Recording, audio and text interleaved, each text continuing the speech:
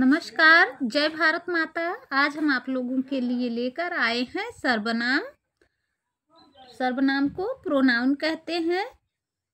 वे शब्द जो संज्ञा शब्दों के स्थान पर प्रयोग किए जाते हैं उन्हें सर्वनाम कहा जाता है। जैसे राम कल आएगा, उसने मोहन से कहा है।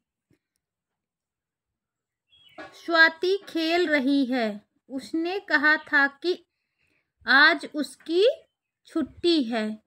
तो यहाँ पे जो नाम है वो तो संज्ञा है, चाहे वो राम हो, चाहे स्वाति हो, चाहे कोई अन्य हो।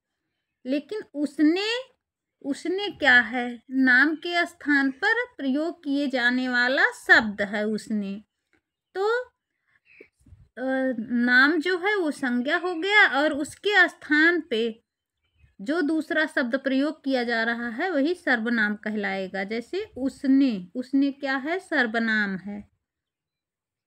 सर्वनाम एक विकारी शब्द होता है। सर्वनाम के 6 भेद होते हैं: पुरुषवाचक, निश्चयवाचक, अनिश्चयवाचक, प्रश्नवाचक, संबंधवाचक, निजवाचक। पुरुषवाचक सर्वनाम 3 भेद हैं: उत्तम पुरुष, मध्यम पुरुष और अन्य पुरुष। उत्तम का मतलब होता है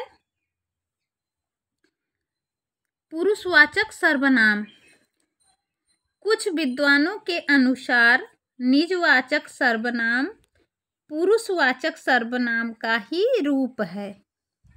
निज का मतलब होता है स्वयं के लिए प्रयोग किए जाने वाला सर्वनाम। उत्तम पुरुष है, उत्तम पुरुष के लिए वक्ता अपने नाम के स्थान पर जिस सर्वनाम का प्रयोग करता है उसे उत्तम पुरुषवाचक सर्वनाम कहते हैं। मध्यम पुरुषवाचक सर्वनाम है वक्ता श्रोता के लिए जिस सर्वनाम शब्द का प्रयोग करता है उसे मध्यम पुरुषवाचक सर्वनाम कहते हैं। अन्य पुरुषवाचक सर्वनाम वक्ता एवं श्रोता के अलावा किसी अन्य प्राणी, व्यक्ति, वस्तु, स्थान के लिए प्रयोग किए जाने वाला सर्वनाम अन्य पुरुषवाचक सर्वनाम कहलाता है। निजवाचक सर्वनाम जिस सर्वनाम में उदाहरण निश्चित हो उसे निश्चयवाचक सर्वनाम कहते हैं। सॉरी, गलती हो गई, निश्चयवाचक। निज जो है वो दूसरा है। निश्चयवाचक सर्वनाम जिस सर्वनाम में उदाहरण निश्चित हो उसे निश्चयवाचक सर्वनाम कहते हैं। जैसे देखो दाल में कुछ गिरा है, एकदम मतलब क्लियर हो जो शब्द उसे ही निश्चयवाचक सर्वनाम कहते हैं।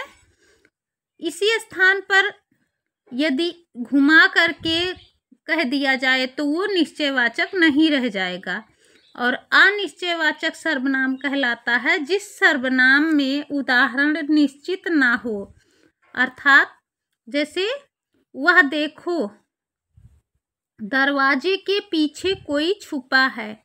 अब ये तो आप देख रहे हैं कि दरवाजे के पीछे कोई है, लेकिन आप ये नहीं जान रहे हैं कि दरवाजे के पीछे कौन है। वो चाहे आपके घर का ही व्यक्ति क्यों ना हो या बाहर का हो। अर्थात जिसके बारे में जानकारी नहीं है और क्लियर नहीं है तो वो अनिश्चित कहलाएगा। जैसे अभी यहाँ पे हमने दाल कहा, देखो दाल में कुछ गिरा है, तो हमने देखा कोई कीड़ा गिरा है, एकदम निश्चित था, तब हमने कहा कि दाल में कुछ गिरा है। लेकिन यहाँ पे वह देखो दरवाजे के पीछे कोई छुपा है, ये क्लियर नहीं हो पा रहा है कि वो कौन छिपा हुआ है। तो ये क्या कहलाएगा, अनिश्चयवाचक सर्वनाम कहलाएगा।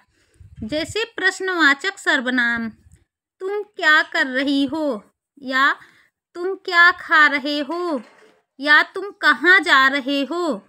मतलब किसी से जो प्रश्न पूछा जा रहा है वो क्या है, प्रश्नवाचक सर्वनाम कहलाता है। संबंधवाचक सर्वनाम, यह वही आदमी है जिसके बारे में मैंने बात की थी। तो यहाँ क्या है, मतलब किसी व्यक्ति के बारे में कोई व्यक्ति बात कर रहा है और उसी व्यक्ति को देख के वो कह रहा है, अर्थात उसका उससे कोई ना कोई संबंध है, चाहे वो रक्त संबंध हो, चाहे वो सामाजिक तौर पे संबंध हो या आंतरिक तौर पे संबंध हो, उसका उससे कोई ना कोई लगाव या संबंध निश्चित है। इसलिए यहाँ पर संबंधवाचक सर्वनाम होगा। जैसे जो मेहनत करेगा वह सफल होगा, मतलब जब आप मेहनत करोगे तो किसी न किसी दिन आप सफल हो जाओगे। निजवाचक सर्वनाम, मैं अपने आप खा लूँगी, यहाँ निजवाचक अर्थात स्वयं के लिए कहा जा रहा है। हम अपने आप चले जाएंगे, या हम स्वयं खाना बना लेंगे, या हम स्वयं कोई कार्य कर लेंगे, अर्थात अपने लिए जो सर्वनाम प्रयोग किया जा रहा है वह कहलाएगा निजवाचक सर्वनाम।